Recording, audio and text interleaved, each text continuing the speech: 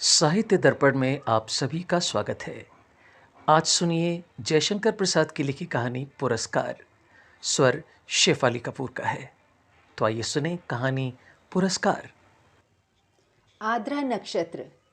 आकाश में काले काले बादलों की घुमड़, जिसमें देव दुंदुभि का गंभीर घोष। प्राची के एक निरर्भ कोने से स्वर्ण पुरुष झांकने लगा था। देखने लगा महाराज की सवारी। शैलमाला के अंचल में समतल उर्वरा भूमि से सोंधी बास उठ रही थी। नगर तोरण से जयघोष हुआ। भीड़ में गजराज का चामरधारी शुंड उन्नत दिखाई पड़ा। वो हर्ष और उत्साह का समुद्र हिलोर भरता हुआ आगे बढ़ने लगा। प्रभात की हेम किरणों से अनुरंजित नन्ही नन्ही बूंदों का एक झोंका स्वर्ण मल्लिका के समान बरस पड़ा। मंगल सूचना से जनता ने हर्ष ध्वनि की। रथों, हाथियों और अश्वारोहियों की पंक्ति जम गई। दर्शकों की भीड़ भी कम न थी। गजराज बैठ गया। सीढ़ियों से महाराज उतरे।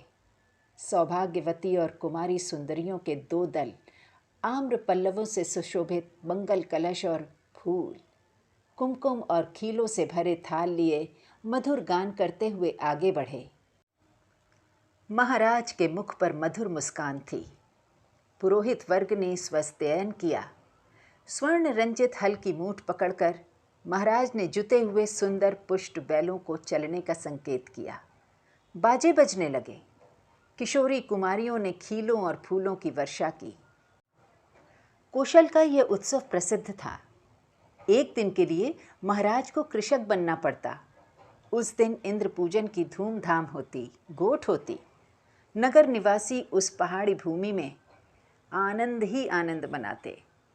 प्रतिवर्ष कृषि का यह महोत्सव उत्साह से संपन्न होता। दूसरे राज्यों से भी युवक राजकुमार इस उत्सव में बड़े चाव से आकर योग देते। मगध का एक राजकुमार अरुण अपने रथ पर बैठा बड़े कुतूहल से यह दृश्य देख रहा था। बीजों का एक बाल लिए कुमारी मधुलिका महाराज के साथ थी। बीज बोते हुए महाराज जब हाथ बढ़ाते तब मधुलिका उनके सामने थाल कर देती। ये खेत मधुलिका का था, जो इस साल महाराज की खेती के लिए चुना गया था। इसलिए बीज देने का सम्मान मधुलिका ही को मिला। वो कुमारी थी, सुंदरी थी। कौशे वसन उसके शरीर पर इधर उधर लहराता हुआ स्वयं शोभित हो रहा था। वो कभी उसे संभालती और कभी अपने रूखे अलकों को। कृषक बालिका के शुभ्र भाल पर श्रम कणों की भी कमी न थी। वे सब बरौनियों में गुथे जा रहे थे। सम्मान और लज्जा उसके अधरों पर मंद मुस्कुराहट के साथ सिहर उठते। किंतु महाराज को बीज देने में उसने शिथिलता नहीं की। सब लोग महाराज का हल चलाना देख रहे थे, विस्मय से, कुतूहल से। और अरुण देख रहा था कृषक कुमारी मधुलिका को। आहा, कितना भोला सौंदर्य, कितनी सरल चितवन। उत्सव का प्रधान कृत्य समाप्त हो गया। महाराज ने मधुलिका के खेत का पुरस्कार दिया। थाल में कुछ स्वर्ण मुद्राएं। वो राजकीय अनुग्रह था। मधुलिका ने थाली सिर से लगा ली, किंतु साथ उसमें की स्वर्ण मुद्राओं को महाराज पर न्यौछावर करके बिखेर दिया। मधुलिका की उस समय की ऊर्जस्वित मूर्ति लोग आश्चर्य से देखने लगे। महाराज की भ्रिकुटी भी जरा चढ़ी ही थी कि मधुलिका ने सविनय कहा, देव, ये मेरे पितृ पितामहों की भूमि है। इसे बेचना अपराध है, इसलिए मूल्य स्वीकार करना मेरी सामर्थ्य के बाहर है। महाराज के बोलने के पहले ही वृद्ध मंत्री ने तीखे स्वर से कहा, अबोध, क्या बक रही है? राजकीय अनुग्रह का तिरस्कार? तेरी भूमि से चौगुना मूल्य है। फिर कौशल का तो यह सुनिश्चित राष्ट्रीय नियम है। तू आज से राजकीय रक्षण पाने की अधिकारिणी हुई। इस धन से अपने को सुखी बना। राजकीय रक्षण की अधिकारिणी तो सारी प्रजा है मंत्रीवर। महाराज को भूमि समर्पण करने में तो मेरा कोई विरोध न था और न है। किंतु मूल्य स्वीकार करना असंभव है। मधुलिका उत्तेजित हो उठी। महाराज के संकेत करने पर मंत्री ने कहा, देव, वाराणसी युद्ध के अन्यतम वीर सिंघमित्र की ये एकमात्र कन्या है। महाराज चौंक उठे। सिंघमित्र की कन्या, जिसने मगध के सामने कौशल की लाज रख ली थी, उसी वीर की मधुलिका कन्या है? हाँ देव, सविनय मंत्री ने कहा। इस उत्सव के परंपरागत नियम क्या हैं मंत्रीवर? महाराज ने पूछा। देव, नियम तो बहुत साधारण हैं। किसी भी अच्छी भूमि को इस उत्सव के लिए चुनकर नियमानुसार पुरस्कार स्वरूप उसका मूल्य दे दिया जाता है, वो भी अत्यंत अनुग्रहपूर्वक, अर्थात भू संपत्ति का चौगुना मूल्य उसे मिलता है। उस खेती को वही व्यक्ति वर्ष भर देखता है, वो राजा का खेत कहा जाता है। महाराज को विचार संघर्ष से विश्राम की अत्यंत आवश्यकता थी। महाराज चुप रहे। जय घोष के साथ सभा विसर्जित हुई। सब अपने अपने शिविरों में चले गए, किंतु मधुलिका को उत्सव में फिर किसी ने न देखा। वो अपने खेत की सीमा पर विशाल मधुप वृक्ष के चिकने हरे पत्तों की छाया में अनमनी चुपचाप बैठी रही। रात्रि का उत्सव अब विश्राम ले रहा था। राजकुमार अरुण उसमें सम्मिलित नहीं हुआ, अपने विश्राम भवन में जागरण कर रहा था। आंखों में नींद न थी। प्राची में जैसे गुलाली खिल रही थी, वो रंग उसकी आंखों में था। सामने देखा तो मुंडेर पर कपोती एक पैर पर खड़ी, पंख फैलाए अंगड़ाई ले रही थी। अरुण उठ खड़ा हुआ। द्वार पर सुसज्जित अश्व था। वो देखते देखते नगर तोरण पर जा पहुंचा। रक्षकगण ऊँघ रहे थे।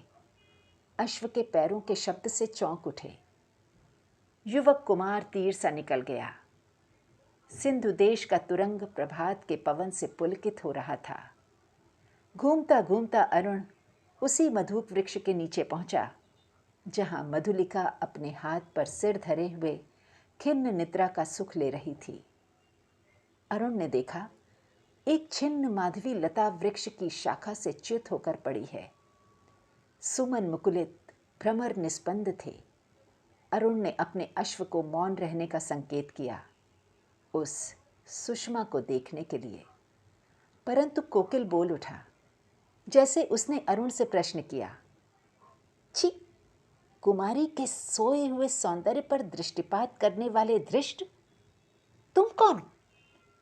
मधुलिका की आंखें खुल पड़ी। उसने देखा एक अपरिचित युवक। वो संकोच से उठ बैठी। भद्रे, तुम ही न कल के उत्सव की संचालिका रही हो? उत्सव? हाँ, उत्सव ही तो था। कल उस सम्मान, क्यों, आपको कल का स्वप्न सता रहा है? भद्र, आप क्या मुझे इस अवस्था में संतुष्ट न रहने देंगे? मेरा हृदय तुम्हारी उस छवि का भक्त बन गया है देवी। मेरे उस अभिनय का, मेरी विडंबना का। आह, मनुष्य कितना निर्दय है, अपरिचित। क्षमा करो, जाओ अपने मार्ग। सरलता की देवी, मैं मगध का राजकुमार तुम्हारे अनुग्रह का प्रार्थी हूँ। मेरे हृदय की भावना अवगुंठन में रहना नहीं जानती। उसे अपनी राजकुमार, मैं कृषक बालिका हूँ, आप नंदन बिहारी और मैं पृथ्वी पर परिश्रम करके जीने वाली। आज मेरी स्नेह की भूमि पर से मेरा अधिकार छीन लिया गया है। मैं दुख से विकल हूँ, मेरा उपहास न करो। मैं कौशल नरेश से तुम्हारी भूमि तुम्हें दिलवा दूंगा।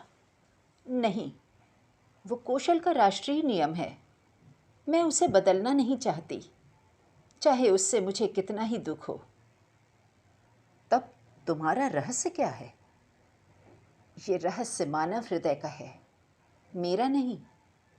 राजकुमार, नियमों से यदि मानव हृदय बाध्य होता तो आज मगध के राजकुमार का हृदय किसी राजकुमारी की ओर न खिंचकर एक कृषक बालिका का अपमान करने न आता। मधुलिका उठ खड़ी हुई। चोट खाकर राजकुमार लौट पड़ा। किशोर किरणों में उसका रत्न किरीट चमक उठा। अश्व वेग से चला जा रहा था और मधुलिका निष्ठुर प्रहार करके क्या स्वयं आहत न हुई। उसके हृदय में टीस सी होने लगी। वो सजल नेत्रों से उड़ती हुई धूल देखने लगी। मधुलिका ने राजा का प्रतिपादन अनुग्रह नहीं लिया। वो दूसरे खेतों में काम करती और चौथे पहर रूखी सूखी खाकर पड़ रहती। मधुप वृक्ष के नीचे छोटी सी पर्ण कुटीर थी। सूखे डंठलों से उसकी दीवार बनी थी। मधुलिका का वही आश्रय था।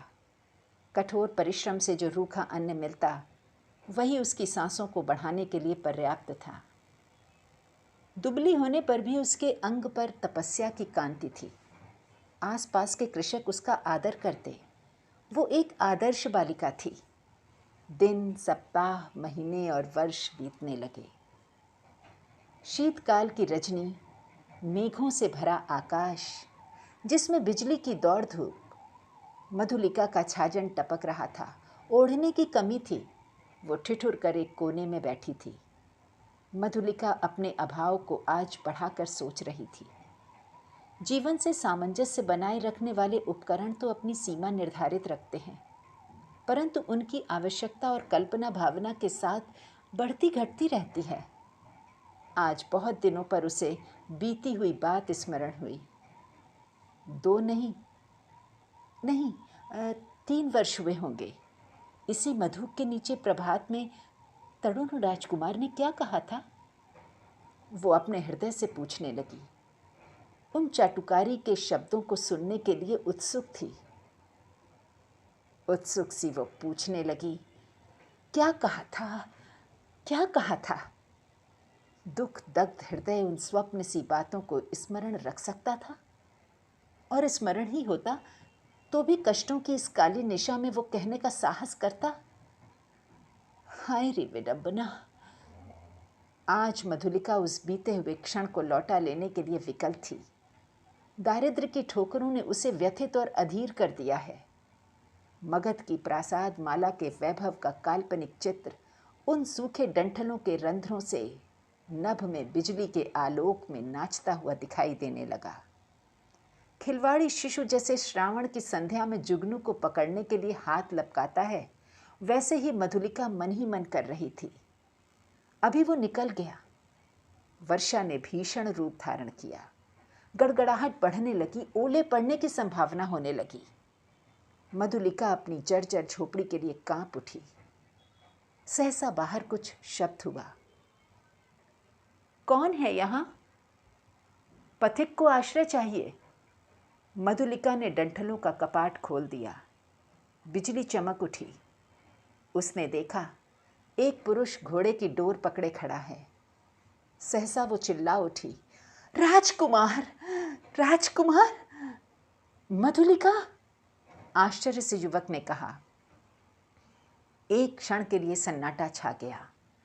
मधुलिका अपनी कल्पना को सहसा प्रत्यक्ष देखकर चकित हो गई। इतने दिनों के बाद आज फिर? अरुण ने कहा। कितना समझाया मैंने, परंतु मधुलिका अपनी दयनीय अवस्था पर संकेत करने देना नहीं चाहती थी। उसने कहा, और आज आपकी ये क्या दशा है? सिर झुकाकर अरुण ने कहा, मैं मगध का विद्रोही निर्वासित कौशल में जीविका खोजने आया हूं। मधुलिका उस अंधकार में हंस पड़ी। मगध का विद्रोही राजकुमार का स्वागत करे एक अनाथिनी कृषक बालिका, ये भी एक विडंबना है। तो भी मैं स्वागत के लिए प्रस्तुत हूं। शीतकाल की निस्तब्ध रजनी, कोहरे से धुली हुई चांदनी, हाड़ कपा देने वाला समीर, तो भी अरुण और मधुलिका दोनों पहाड़ी गह्वर के द्वार पर वटवृक्ष के नीचे बैठे हुए बातें कर रहे हैं। मधुलिका की वाणी में उत्साह था, किंतु अरुण जैसे अत्यंत सावधान होकर बोलता। मधुलिका ने पूछा, जब तुम इतनी विपन्न अवस्था में हो तो फिर इतने सैनिकों को साथ रखने की क्या आवश्यकता है? मधुलिका, बाहुबल ही तो वीरों की आजीविका है। ये मेरे जीवन मरण के साथी हैं। भला मैं इन्हें कैसे छोड़ देता? और करता ही क्या? क्या? क्यों? हम लोग परिश्रम से कमाते और खाते। अब तो तुम भूल न करो, मैं अपने बाहुबल पर भरोसा करता हूँ। नए राज्य की स्थापना कर सकता हूँ। निराश क्यों हो जाऊं? अरुण के शब्दों में कंपन था। वो जैसे कुछ कहना चाहता था पर कह न सकता था। नवीन राज? ओहो, तुम्हारा उत्साह तो कम नहीं। भला कैसे? कोई ढंग बताओ तो मैं भी कल्पना का आनंद ले लूं। कल्पना का आनंद नहीं मधुलिका, मैं तुम्हें राजरानी के सम्मान में सिंहासन पर बिठाऊंगा। तुम अपने छिने हुए खेत की चिंता करके भयभीत ना हो। एक क्षण में सरल मधुलिका के मन में प्रमाद का अंधड़ बहने लगा। द्वंद्व मच गया। उसने सहसा कहा, आह, मैं सचमुच आज तक तुम्हारी प्रतीक्षा करती थी राजकुमार। अरुण ठिठाई से उसके हाथों को दबाकर बोला, तो मेरा भ्रम था। तुम सचमुच मुझे प्यार करती हो? युवती का वक्ष स्थल फूल उठा। वो हाँ भी नहीं कह सकी, ना भी नहीं। अरुण ने उसकी अवस्था का अनुभव कर लिया। कुशल मनुष्य के समान उसने अवसर को हाथ से न जाने दिया। तुरंत बोल उठा, तुम्हारी इच्छा हो तो प्राणों से पण लगाकर मैं तुम्हें इस कुशल सिंहासन पर बिठा दूं। मधुलिके, अरुण के खड्ग का आतंक देखोगी? मधुलिका एक बार कांप उठी। वो कहना चाहती थी नहीं, किंतु उसके मुंह से निकला, क्या? सत्य मधुलिका, कौशल नरेश तभी से तुम्हारे लिए चिंतित हैं। ये मैं जानता हूं। तुम्हारी साधारण सी प्रार्थना वो अस्वीकार न करेंगे। और मुझे यह भी विदित है कि कौशल के सेनापति अधिकांश सैनिकों के साथ पहाड़ी दस्युओं का दमन करने के लिए बहुत दूर चले गए हैं। मधुलिका की आंखों के आगे बिजलियां हंसने लगीं। दारुण भावना से उसका मस्तक विकृत हो उठा। अरुण ने कहा, तुम बोलती नहीं हो? जो कहोगे वो करूंगी, मंत्रमुग्ध सी मधुलिका ने कहा। स्वर्ण मंच पर कौशल नरेश अर्धनिद्रित अवस्था में आंखें मुकुलित किए हैं। एक चामधारिणी युवती पीछे खड़ी अपनी कलाई बड़ी कुशलता से घुमा रही है। चामर के शुभ्र आंदोलन उस प्रकोष्ठ में धीरे धीरे संचलित हो रहे हैं। तांबूल वाहिनी प्रतिमा के समान दूर खड़ी है। प्रतिहारी ने आकर कहा, जय हो देव। एक स्त्री कुछ प्रार्थना लेकर आई है। आंख खोलते हुए महाराज ने कहा, स्त्री प्रार्थना करने आई? आने दो। प्रतिहारी के साथ मधुलिका आई। उसने प्रणाम किया। महाराज ने स्थिर दृष्टि से उसकी ओर देखा और कहा, तुम्हें कहीं देखा है? 3 बरस हुए देव। मेरी भूमि खेती के लिए ली गई थी। ओह, तो तुमने इतने दिन कष्ट में बिताए, आज उसका मूल्य मांगने आई हो? क्यों?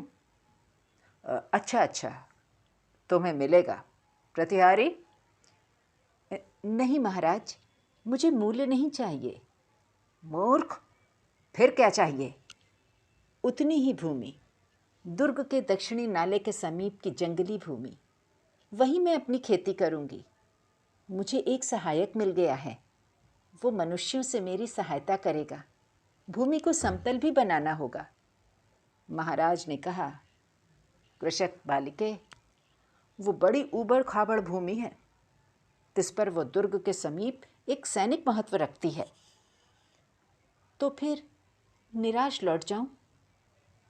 सिंह मित्र की कन्या, मैं क्या करूं? तुम्हारी ये प्रार्थना देव, जैसी आज्ञा हो। जाओ, तुम श्रमजीवियों को उसमें लगाओ।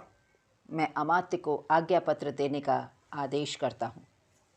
जय हो देव कहकर प्रणाम करती हुई मधुलिका राज मंदिर के बाहर आई। दुर्ग के दक्षिण भयावनी नाले के तट पर घना जंगल है। आज मनुष्यों के पथ संचार से शून्यता भंग हो रही थी। अरुण के छिपे हुए मनुष्य स्वतंत्रता से इधर उधर घूमते थे। झाड़ियों को काटकर पथ बन रहा था। नगर दूर था, फिर उधर यूं ही कोई नहीं आता था। फिर अब तो महाराज की आज्ञा से वहाँ मधुलिका का अच्छा सा खेत बन रहा था। तब इधर की किसको चिंता होती। एक घने कुंज में अरुण और मधुलिका एक दूसरे को हर्षित नेत्रों से देख रहे थे। संध्या हो चली थी। उस निविड़ वन में उन नवागत मनुष्यों को देखकर पक्षीगण अपने नीड़ को लौटते हुए अधिक कोलाहल कर रहे थे। प्रसन्नता से अरुण की आंखें चमक उठीं। सूर्य की अंतिम किरण झुरमुट में घुसकर मधुलिका के कपोलों से खेलने लगी। अरुण ने कहा, 4 प्रहर और विश्राम करो। प्रभात में ही इस जीर्ण कलेवर कौशल राष्ट्र की राजधानी श्रावस्ती में तुम्हारा अभिषेक होगा और मगध से निर्वासित मैं एक स्वतंत्र राष्ट्र का अधिपति बनूंगा। मधुलिके, भयानक। अरुण, तुम्हारा साहस देखकर मैं चकित हो रही हूं। केवल 100 सैनिकों से तुम। रात के 3रे प्रहर मेरी विजय यात्रा होगी। तो तुमको इस विजय पर विश्वास है? अवश्य। तुम अपनी झोपड़ी में ये रात बिताओ। प्रभात से तो राज मंदिर ही तुम्हारा लीला निकेतन बनेगा। मधुलिका प्रसन्न थी, किंतु अरुण के लिए उसकी कल्याण कामना सशंक थी। वो कभी कभी उद्विग्न सी होकर बालकों के समान प्रश्न कर बैठती। अरुण उसका समाधान कर देता। सहसा कोई संकेत पाकर उसने कहा, अच्छा, अंधकार अधिक हो गया। अभी तुम्हें दूर जाना है और मुझे भी प्राणपण से इस अभियान के प्रारंभिक कार्यों को अर्धरात्रि तक पूरा कर लेना चाहिए। तब रात्रि भर के लिए विदा। मधुलिके। मधुलिका उठ खड़ी हुई। कटीली झाड़ियों से उलझती हुई क्रम से बढ़ने वाले अंधकार में वो झोपड़ी की ओर चली। पथ अंधकारमय था और मधुलिका का हृदय भी निविड़ तम से घिरा था। उसका मन सहसा विचलित हो उठा। मधुरता नष्ट हो गई।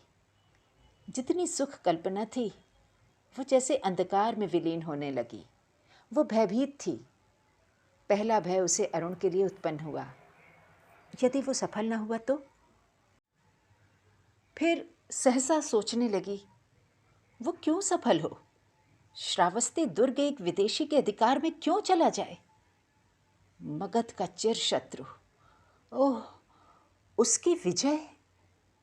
कौशल नरेश ने क्या कहा था? सिंह मित्र की कन्या। सिंह मित्र, कौशल का रक्षक वीर, उसी की कन्या आज क्या करने जा रही है? नहीं नहीं नहीं, मधुलिका, मधुलिका। जैसे उसके पिता उस अंधकार में पुकार रहे थे, वो पगली की तरह चिल्ला उठी। रास्ता भूल गई। रात 1 पहर बीत चली, पर मधुलिका अपनी झोपड़ी तक न पहुंची। वो उधेड़ बुन में विक्षिप्त सी चली जा रही थी। उसकी आंखों के सामने कभी सिंहमित्र और कभी अरुण की मूर्ति अंधकार में चित्रित होती जाती। उसे सामने आलोक दिखाई पड़ा। वो बीच पथ में खड़ी हो गई। प्रायः 100 उल्काधारी अश्वारोही चले आ रहे थे और आगे आगे एक वीर अधेड़ सैनिक था। उसके बाएं हाथ में अश्व की वल्गा और दाहिने हाथ में नग्न खड्ग। अत्यंत धीरता से वो टुकड़ी अपने पथ पर चल रही थी, परंतु मधुलिका बीच पथ से हिली नहीं। प्रमुख सैनिक पास आ गया, पर मधुलिका अब भी नहीं हटी। सैनिक ने अश्व रोक कर कहा, कौन? कोई उत्तर नहीं मिला। तब तक दूसरे अश्वारोही ने सड़क पर कहा, तू कौन है स्त्री? कौशल के सेनापति को उत्तर शीघ्र दे। रमणी जैसे विकारग्रस्त स्वर में चिल्ला उठी, बांध लो, मुझे बांध लो, मेरी हत्या करो, मैंने अपराधी ऐसा किया है। सेनापति हंस पड़े, बोले, पगली है, पगली। पगली नहीं, यदि वही होती तो इतनी विचार वेदना क्यों होती? सेनापति, मुझे बांध लो और मुझे राजा के पास ले चलो। क्या है, स्पष्ट कह। श्रावस्ती का दुर्ग एक प्रहर में दस्युओं के हस्तगत हो जाएगा। दक्षिणी नाले के पार उनका आक्रमण होगा। सेनापति चौंक उठे। उन्होंने आश्चर्य से पूछा, तू क्या कह रही है? मैं सत्य कह रही हूँ, शीघ्रता करो। सेनापति ने 80 सैनिकों को नाले की ओर धीरे धीरे बढ़ने की आज्ञा दी और स्वयं 20 अश्वारोहियों के साथ दुर्ग की ओर बढ़े। मधुलिका एक अश्वारोही के साथ बांध दी गई। श्रावस्ती का दुर्ग कौशल राष्ट्र का केंद्र इस रात्रि में अपने विगत वैभव का स्वप्न देख रहा था। भिन्न राजवंशों ने उसके प्रांतों पर अधिकार जमा लिया है। अब वो केवल कई गांवों का अधिपति है। फिर भी उसके साथ कौशल के अतीत की स्वर्ण गाथाएं लिपटी हैं। वही लोगों की ईर्ष्या का कारण है। जब थोड़े से अश्वारोही बड़े वेग से आते हुए दुर्ग द्वार पर रुके, तब दुर्ग के प्रहरी चौंक उठे। उल्का के आलोक में उन्होंने सेनापति को पहचाना, द्वार खोला। सेनापति घोड़े की पीठ से उतरे। उन्होंने कहा, अग्निसेन, दुर्ग में कितने सैनिक होंगे? सेनापति की जय हो। 200। उन्हें शीघ्र ही एकत्र करो, परंतु बिना किसी शब्द के। 100 को लेकर तुम शीघ्र ही चुपचाप दुर्ग के दक्षिण की ओर चलो। आलोक और शब्द न हो। सेनापति ने मधुलिका की ओर देखा। वो खोल दी गई। उसे अपने पीछे आने का संकेत कर सेनापति राज मंदिर की ओर बढ़े। प्रतिहारी ने सेनापति को देखते ही महाराज को सावधान किया। वो अपनी सुख निद्रा के लिए प्रस्तुत हो रहे थे, किंतु सेनापति और साथ में मधुलिका को देखते ही चंचल हो उठे। सेनापति ने कहा, जय हो देव। इस स्त्री के कारण मुझे इस समय उपस्थित होना पड़ा है। महाराज ने स्थिर नेत्रों से देखकर कहा, सिंहमित्र की कन्या, फिर यहाँ क्यों? क्या तुम्हारा क्षेत्र नहीं बन रहा है? कोई बाधा? सेनापति, मैंने दुर्ग के दक्षिणी नाले के समीप की भूमि इसे दी है। क्या उसी संबंध में तुम कुछ कहना चाहते हो? देव, किसी गुप्त शत्रु ने उसी ओर से आज की रात दुर्ग पर अधिकार कर लेने का प्रबंध किया है और इसी स्त्री ने मुझे पथ में यह संदेश दिया है। राजा ने मधुलिका की ओर देखा। वो कांप उठी। घृणा और लज्जा से वो गड़ी जा रही थी। राजा ने पूछा, मधुलिका, ये सत्य है? हाँ देव। राजा ने सेनापति से कहा, सैनिकों को एकत्र करके तुम चलो, मैं अभी आता हूँ। सेनापति के चले जाने पर राजा ने कहा, सिंहमित्र की कन्या, तुमने एक बार फिर कौशल का उपकार किया। ये सूचना देकर तुमने पुरस्कार का काम किया है। अच्छा, तुम यहीं ठहरो, पहले उन आतताइयों का प्रबंध कर लूं। अपने साहसिक अभियान में अरुणबंदी हुआ और दुर्ग उल्का के आलोक में अतिरंजित हो गया। भीड़ ने जयघोष किया। सबके मन में उल्लास था। श्रावस्ती दुर्ग आज एक दस्यु के हाथ में जाने से बचा था। आबाल वृद्ध नारी आनंद से उन्मत्त हो उठे। उषा के आलोक में सभा मंडप दर्शकों से भर गया। बंदी अरुण को देखते ही जनता ने रोष से हुंकार करते हुए कहा, वध करो, वध करो। राजा ने सबसे सहमत होकर आज्ञा दी। प्राणदंड। मधुलिका बुलाई गई। वो पगली सी आकर खड़ी हो गई। कौशल नरेश ने पूछा, मधुलिका, तुझे जो पुरस्कार लेना हो मांग ले। वो चुप रही। राजा ने कहा, मेरी निज की जितनी खेती है मैं सब तुझे देता हूँ। मधुलिका ने एक बार बंदी अरुण की ओर देखा। उसने कहा, मुझे कुछ न चाहिए। अरुण हंस पड़ा। राजा ने कहा, नहीं, मैं तुझे अवश्य दूंगा। मांग ले मधुलिका, मांग ले। तो मुझे भी प्राणदंड मिले, कहती हुई मधुलिका उस बंदी अरुण के पास जा खड़ी हुई। पुरस्कार। अभी आपने जयशंकर प्रसाद की लिखी ये कहानी सुनी। कहानी अगर आपको पसंद आई हो तो इसे लाइक ज़रूर कीजिएगा। हमारे चैनल को सब्सक्राइब कीजिए और बेल आइकन को प्रेस कर दीजिए ताकि नोटिफिकेशन आपको मिल सके।